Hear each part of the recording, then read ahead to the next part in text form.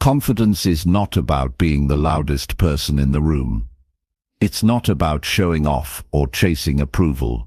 Real confidence is calm, steady, the quiet power that makes people notice without demanding attention. The highest form of confidence is when nothing shakes you, nothing provokes you, and nothing controls you. Most people react to everything: criticism, rejection, chaos. Every reaction gives away their power, but when you learn to react to nothing, you become untouchable. In this audiobook, you'll learn how to silence self-doubt, control your emotions, detach from outcomes, and carry yourself with the authority of someone who needs nothing and fears nothing. This isn't about pretending, this is about becoming. Let's begin. Chapter 1. Stop explaining yourself. One of the fastest ways people drain confidence is by constantly explaining themselves. How many times have you given unnecessary explanations just to avoid judgment? Confident people don't do that. They don't live in apology mode. Why? Because they know their worth isn't up for debate. When you stop explaining yourself, you project strength. Your words carry more weight. This isn't about arrogance. It's about keeping it short, clear, and firm. A simple response is enough. I chose this because it's right for me. Then stop. No over-explaining, no backpedaling. Here's your challenge. For the next week, catch yourself piling on excuses. Stop. Replace them with something simple and direct. I can't make it.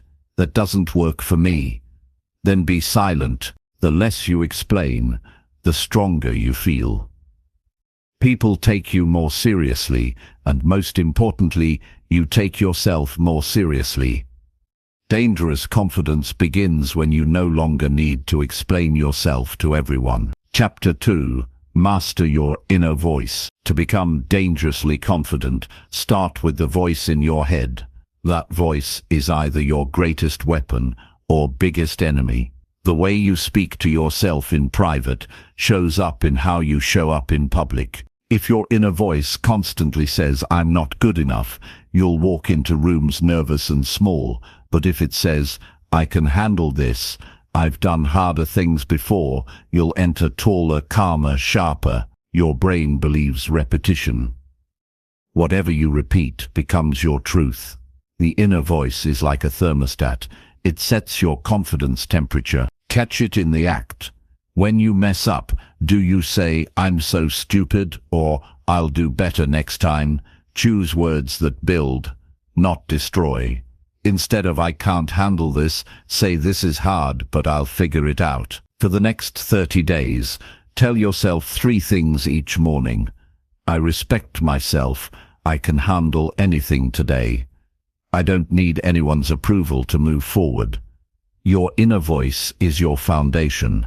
Master it, and confidence becomes unshakable. Chapter 3. Build respect before confidence. Lasting confidence starts with self-respect. Without it, confidence is just an act, a mask hiding uncertainty.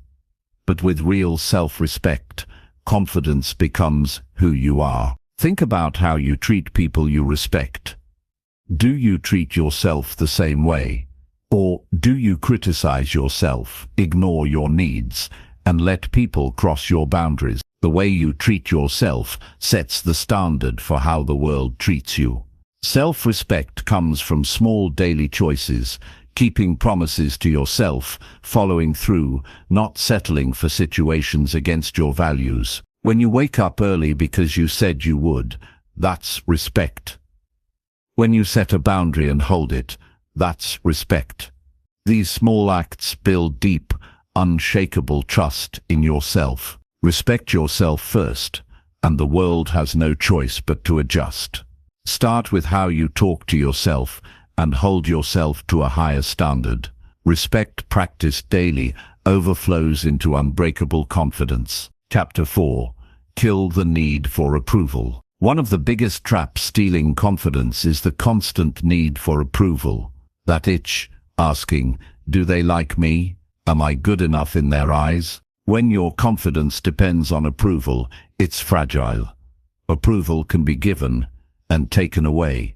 If your self-worth rises and falls with others' reactions, you're a puppet on strings you can't control. No one owes you approval.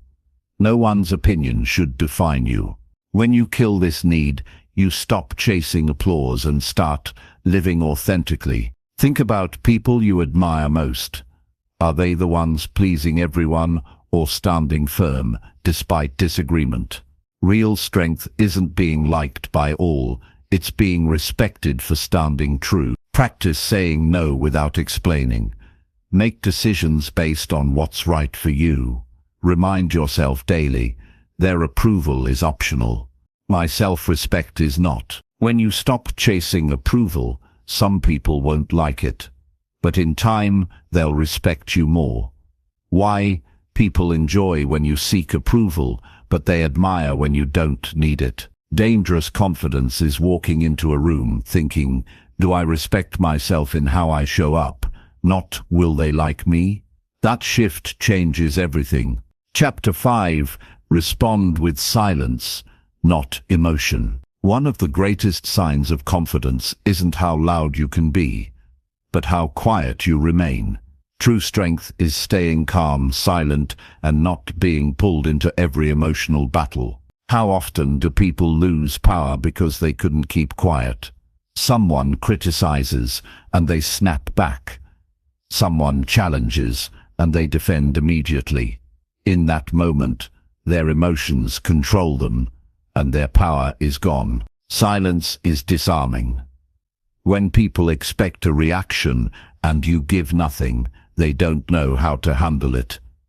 It shows you're not easily shaken, that you cannot be manipulated. Silence doesn't mean weakness, it means choosing your responses carefully. It buys you time to think and decide if the situation deserves your attention. Silence also makes your words stronger when you finally speak. If you speak less but with calm authority, people listen. That's how leaders communicate. Start by noticing your triggers. When emotions boil, pause, breathe. Let silence work for you. 9 times out of 10, you don't even need to respond. The person who reacts emotionally is predictable and easy to control. But the person who stays silent, calm, unbothered, that person is dangerous. Silence is your shield, your strength, your power. Chapter 6. Let your body speak first. Before you speak, your body tells the world who you are. People see how you walk, stand, and look at them. In seconds, they've formed an opinion before you say a word. If your words and body language don't match, people believe your body. You can say, I'm confident, but if you're slouched and avoiding eye contact, nobody buys it. Let your body speak first. Walk into a room like you belong. Stand tall, shoulders back, chest open, head high. Make eye contact without flinching. Your handshake should be firm, not rushed. Your body trains your mind too. Sit small, feel small, but sit upright. Expand your posture. Move with purpose. Your mind receives the message. I am strong, steady, I belong here. Next time you walk into a room, pause at the doorway. Take one calm breath. Straighten your posture. Roll shoulders back. Then walk in at a steady pace. That single adjustment changes how people see you and how you see yourself. When your body speaks confidence, you don't need to oversell yourself. People simply feel it. Chapter 7. Stop reacting. Start leading. Most people live in reaction mode. Something happens and they respond. Someone criticizes and they defend. They're constantly at the mercy of whatever comes. That's not confidence, that's dependency. The person who reacts is always one step behind, letting the world dictate their mood and choices. But the person who leads sets the tone and creates what happens. When you react to everything, people learn to control you. They push your buttons, and you respond on cue. But when you stop reacting and stay calm, they lose their grip. You become untouchable. Leading starts with leading yourself. Choose your actions instead of letting them be chosen for you. Ask yourself, what do I want to create here? Not, how should I respond? In a meeting, when someone challenges your idea, the reactive person defends immediately. The leader pauses, listens, and responds with clarity, or redirects to the bigger picture. Start by slowing down. Don't give emotions the driver's seat. Pause before responding. Ask, what outcome do I want, and how can I create it? Set intentions before situations happen. Decide in advance, I will remain calm, I will speak clearly, I will not be pushed off balance. Dangerous confidence is born when you stop giving the world power to dictate your actions. You rise above the noise and direct the game. Chapter 8. Embrace discomfort until it feels normal. Confidence isn't built in comfort. It's built in uncomfortable places most people avoid. The moments that made you stronger were never easy. They were when you felt nervous, but stepped forward anyway. Most people run from discomfort, choosing what feels safe and familiar. But if you always choose comfort, you never expand. You play small. That's why so many secretly feel insecure. Their lives have no proof of their strength. When you embrace discomfort, you collect evidence. Every time you step into the unknown, you walk away with proof. I can handle this. The more proof you gather, the more unshakable you become. Discomfort doesn't go away, but you can train yourself to get comfortable being uncomfortable. Instead of seeing discomfort as danger, see it as training. Begin small. Push yourself just beyond your comfort zone. Speak up when you'd normally stay quiet. Strike up a conversation when you'd avoid it. Every little push builds capacity. The gym teaches this well. If you only lift what's easy, you never build muscle. Growth happens when you pick up something heavy. Life works the same way. The next time you feel fear, reframe it. This is where I get stronger.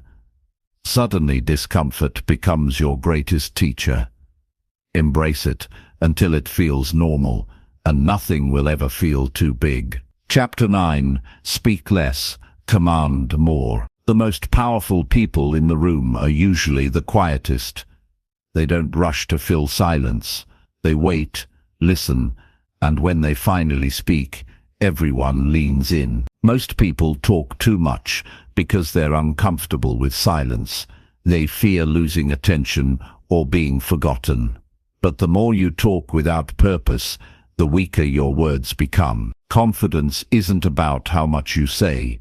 It's about how much weight your words carry. Speak less, mean more. Every sentence should have intention. When someone speaks constantly, people tune out. But when someone holds back and speaks only when it matters, people pay attention. Silence builds anticipation. Few words with clarity build authority. Practice this. Slow down. Don't rush to answer immediately. Give yourself a moment. That pause communicates confidence. Trim the excess. Instead of long explanations, give simple statements. Yes, no, that works for me. Listening makes you more powerful than speaking.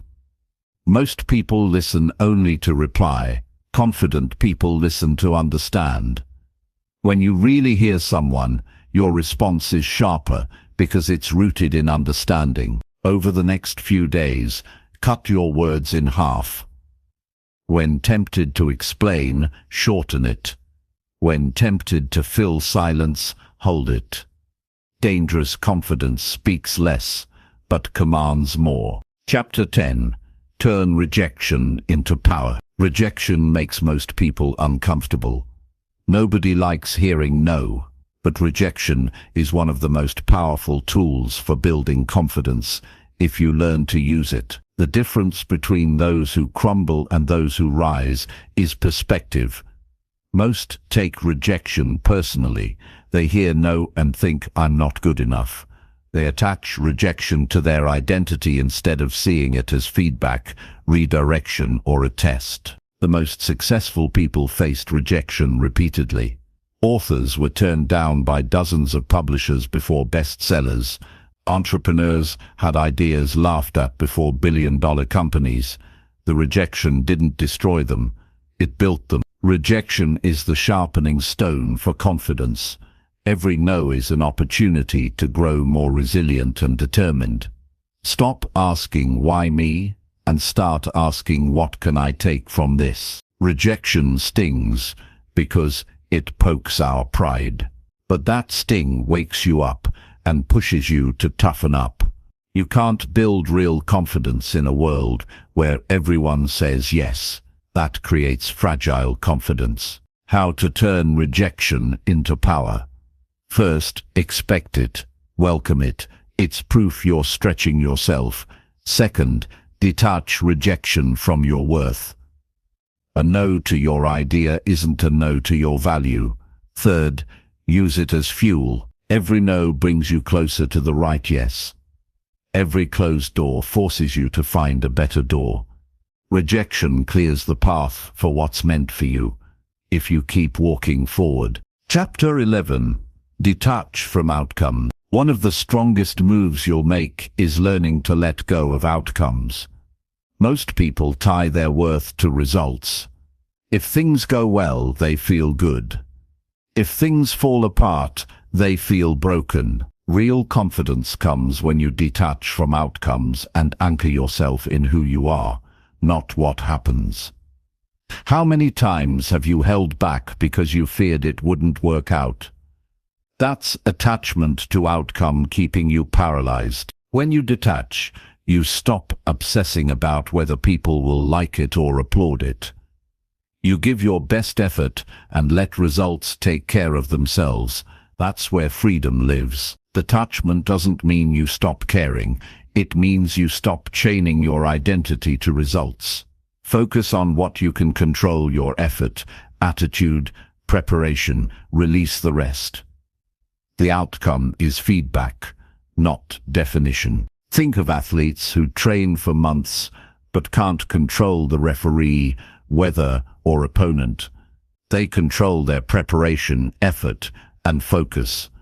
They give everything, but their self-worth isn't destroyed if the scoreboard doesn't go their way. Practice this by shifting your language. Instead of "I have to win," say "I'll give my best and whatever happens, I'll learn." Focus on process over result. Remember, you've survived every bad outcome so far. You're still here, stronger and wiser. You don't need perfect results to be okay. You just need resilience. Chapter 12. Set boundaries without apology. Confidence is also about how you protect yourself. One of the clearest signs of true confidence is setting boundaries and holding them without apology, guilt, or flinching. Boundaries protect your time, energy, and self-respect. If you don't set them, the world will run over you. People take as much as you allow.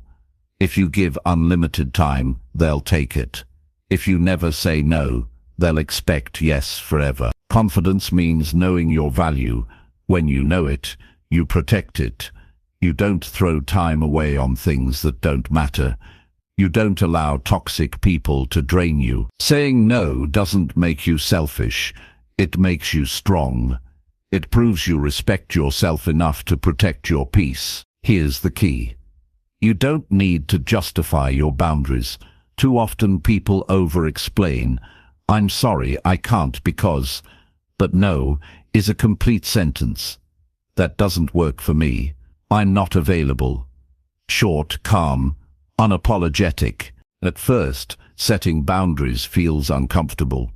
You'll feel guilty, but over time you'll realize people actually respect you more when you have boundaries. The right people will respect your boundaries.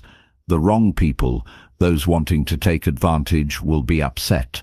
When someone gets angry at your boundary, that confirms it was necessary. Dangerous confidence is saying no without shaking. holding your ground without guilt, protecting your energy like it's your most valuable resource, because it is. Chapter 13. Stand calm in chaos. Confidence isn't tested when things are smooth. Real confidence is measured by how you carry yourself when chaos strikes, when the room gets loud, people panic, and everything seems uncertain. Most people fall apart in chaos. They rush, panic, overreact. Their emotions take control, and they make poor decisions. But those who stand out stay calm. They slow down when others speed up. They breathe when others hold their breath. That calmness is rare and powerful. Think about how you feel around someone who stays composed in stressful situations. You feel safer. Their calm transfers to you. That's the power of presence. Chaos itself doesn't break people, their reaction does. If you get swept up in the storm, you lose control. But if you anchor yourself in calm, you take control back. Begin with your breathing. When chaos hits, your body tenses and breathing shallows. Take control of your breath. Slow, steady breathing tells your body, I am not in danger, I am in control. Manage your pace. In stressful situations, people rush, but rushing leads to mistakes. The confident person moves deliberately with clarity. Keep your voice low and calm. Chaos feeds off noise. If you speak slower, softer, more grounded, people listen. You shift the energy. Standing calm in chaos isn't about pretending nothing is wrong. It's about refusing to let chaos own you. Every time you stay grounded when life gets messy, you prove storms don't break you. They reveal you. Chapter 14. Train until skill becomes certainty. Confidence isn't magic. It's built on something deeper. Competence. When you've trained until a skill becomes second nature, you stop hoping you're good enough and start knowing you are. Think about anything you've mastered. At first you were nervous. You questioned yourself. But the more you practiced, the smoother it became. What once felt terrifying became natural. That's the power of training. Repetition turns fear into familiarity. Most people want confidence without putting in the reps. But it doesn't work that way. You don't wait to feel confident to act. You act again and again until your actions create confidence. Skill builds belief. Every time you show up, practice and push through mistakes, you carve confidence into your bones. It's not just about practicing, it's about practicing with intention. Half effort doesn't build confidence. When you know you've trained harder and sharper than most people ever will, you walk into any room differently. The certainty shows in how you move and speak. Start by identifying areas where doubt holds you back.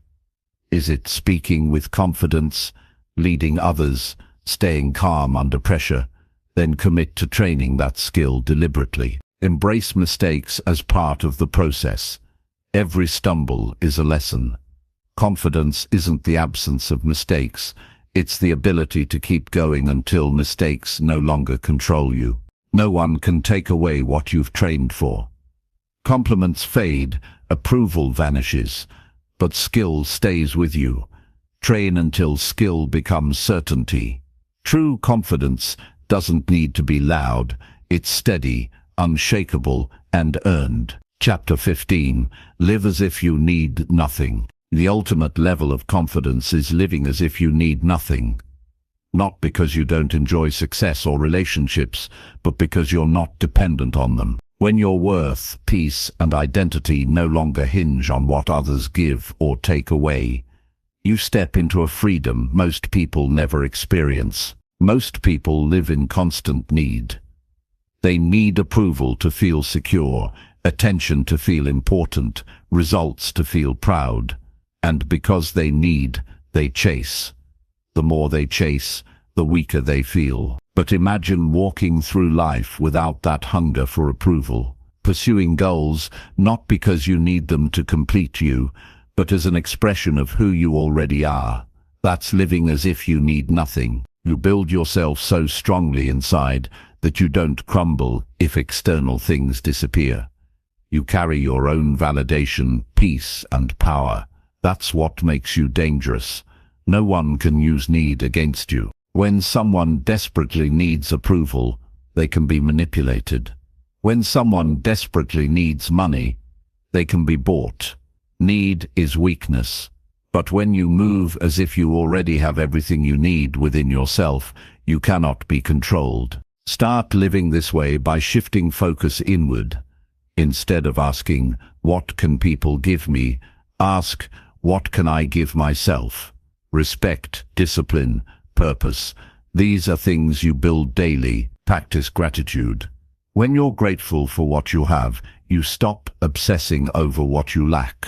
Remember, everything external is temporary, but who you are and how you carry yourself, that's permanent. Living as if you need nothing makes you magnetic. Neediness repels, but strength attracts. When you no longer chase approval, fear rejection, or need validation, you are free. Confidence is not about shouting louder or forcing people to notice you. Confidence is calm, steady, the kind of presence that doesn't need to prove itself because it knows its own value. The most dangerous form of confidence comes from one simple truth: you react to nothing, and therefore nothing controls you. You've learned how to stop explaining yourself, master your inner voice, build self-respect, and kill the need for approval. You've discovered the power of silence, the authority of body language, and how to shift from reacting to leading. You've been reminded that discomfort is where growth lives, that speaking less commands more, and that rejection can fuel you. You've seen the strength in detaching from outcomes, setting boundaries without apology, standing calm in chaos, and training until skill becomes certainty. And finally, you've learned the ultimate level: living as if you need nothing. This journey is about progress, not perfection. It's about building yourself day by day into someone who no longer bends to every opinion, crumbles under pressure, or waits for permission to step into their own power. True confidence is quiet, but undeniable. It's written in how you move, speak, and carry yourself through life's storms. Take these lessons and live them. Apply them in conversations, challenges, and moments when life tries to shake you. This isn't about becoming someone else, it's about becoming the strongest version of yourself. When you learn to react to nothing, you gain control over everything. You become untouchable, steady in a world full of noise. You become a person others can't ignore, not because you demand attention, but because your presence commands it. That is the power of dangerous confidence, and it's already inside you, waiting to be claimed. Now go out and live it.